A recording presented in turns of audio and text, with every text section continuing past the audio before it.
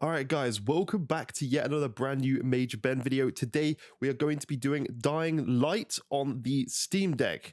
This is the first Dying Light. I don't actually have the second one on Steam yet. I will be getting that in the future and obviously running tests for you guys as always because I'm really enjoying doing this. I'm loving just testing out games from my Steam library. I'm gradually getting through it. I'm switching out certain games. I'm doing the bigger ones that I kind of more want to show off at first because at the end of the day, I don't want to show off games that run really easy. I don't just want to show off, I don't know, Dead Cells, for example, which runs at 60 FPS already on Switch. I want to run games that are difficult to run, even if they are on Switch, like this Dying Light, and you guys can see the improvements of the Switch version over what you'd be seeing with the Steam Deck. This is amazing. Honestly, you guys are going to be shocked by this, but this is it booting. Always want to do cold boots for you guys so you can see what it really is like.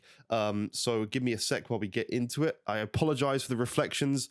I'm trying to figure out, maybe it's a little bit better with that light on. I don't know. It's really tough to record, I must admit, but I'm trying the best that I can with what I've got. I've got this running through my PC and everything, so hopefully we'll get a little bit more into it. You can see me there, so you don't want that.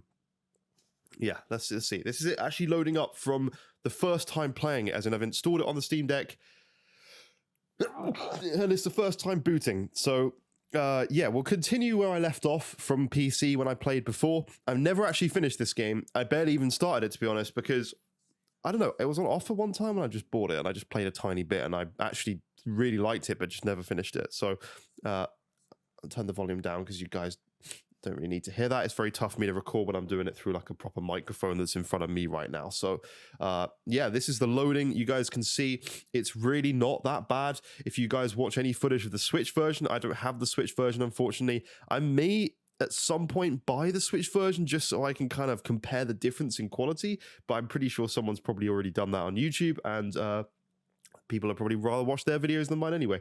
But this is it. As you can see, look at this. It's running at a very stable 60 for the most part. I think if I turn around here, there's a couple of hitches you can see there, but we can tweak the graphics to get it to a locked 60, but it is pretty stable. There's just a couple of times where it drops, usually when it's loading in any assets for the first time.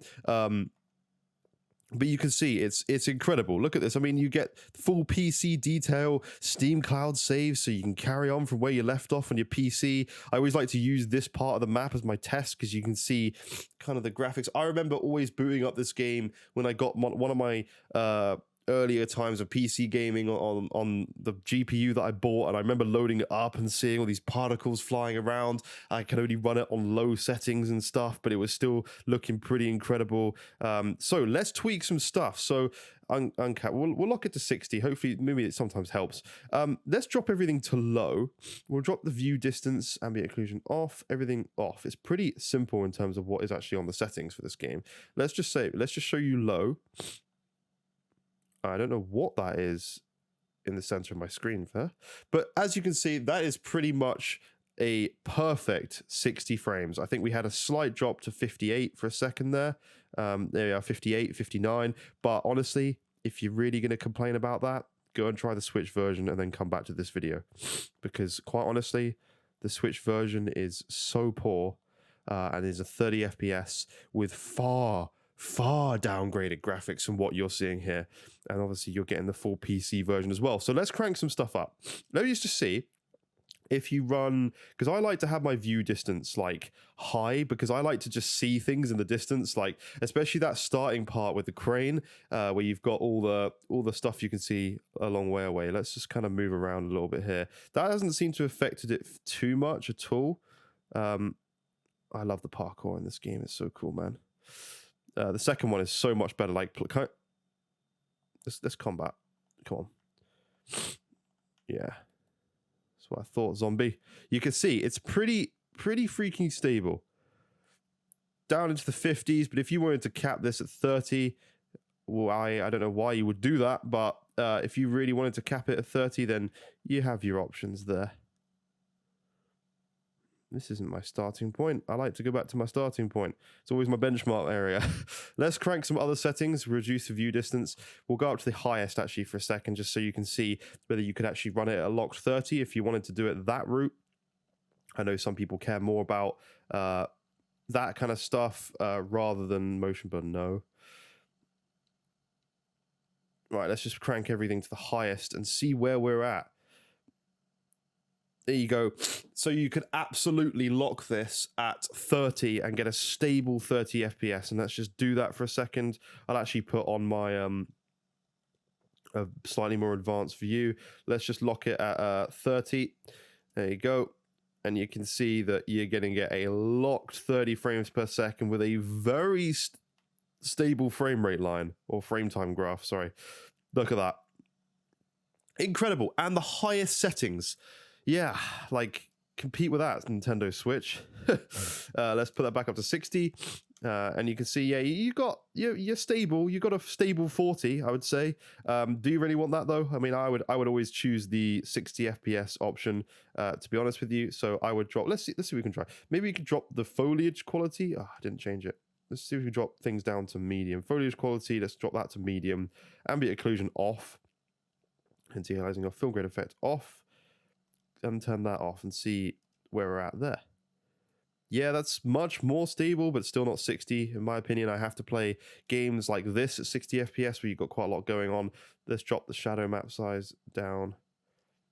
And still slightly better. But in my opinion, I would honestly choose, in terms of what you're seeing, I don't know how you guys see it through the video, but I would drop all this down to like there, just to get that nearest to 60 point as I possibly can without sacrificing graphics too much. I mean, on this screen, from what I'm seeing in person, like, you are really not losing much. You are seriously not losing much in terms of the graphics, the difference between those settings that I've just gone through. So I would just play, if you care about frame rate, then I'll just drop it all the way down.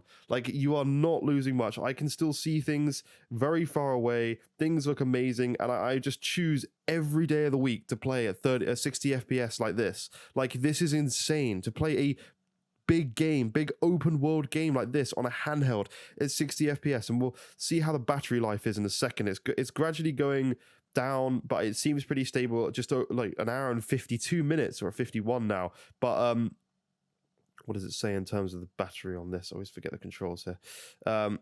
Yeah, an hour and 43 it's saying here. So that's probably more accurate, hour and 42. So let's say an hour and a half at least. It's probably going to drop quicker, but I'd say you get a very, very good hour and a half battery life out of this, running it like this. And bear in mind, we are on 93%, so you'd probably get, a little bit more than that.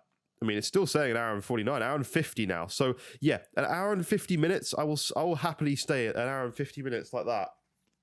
Sorry, hay fever's acting up.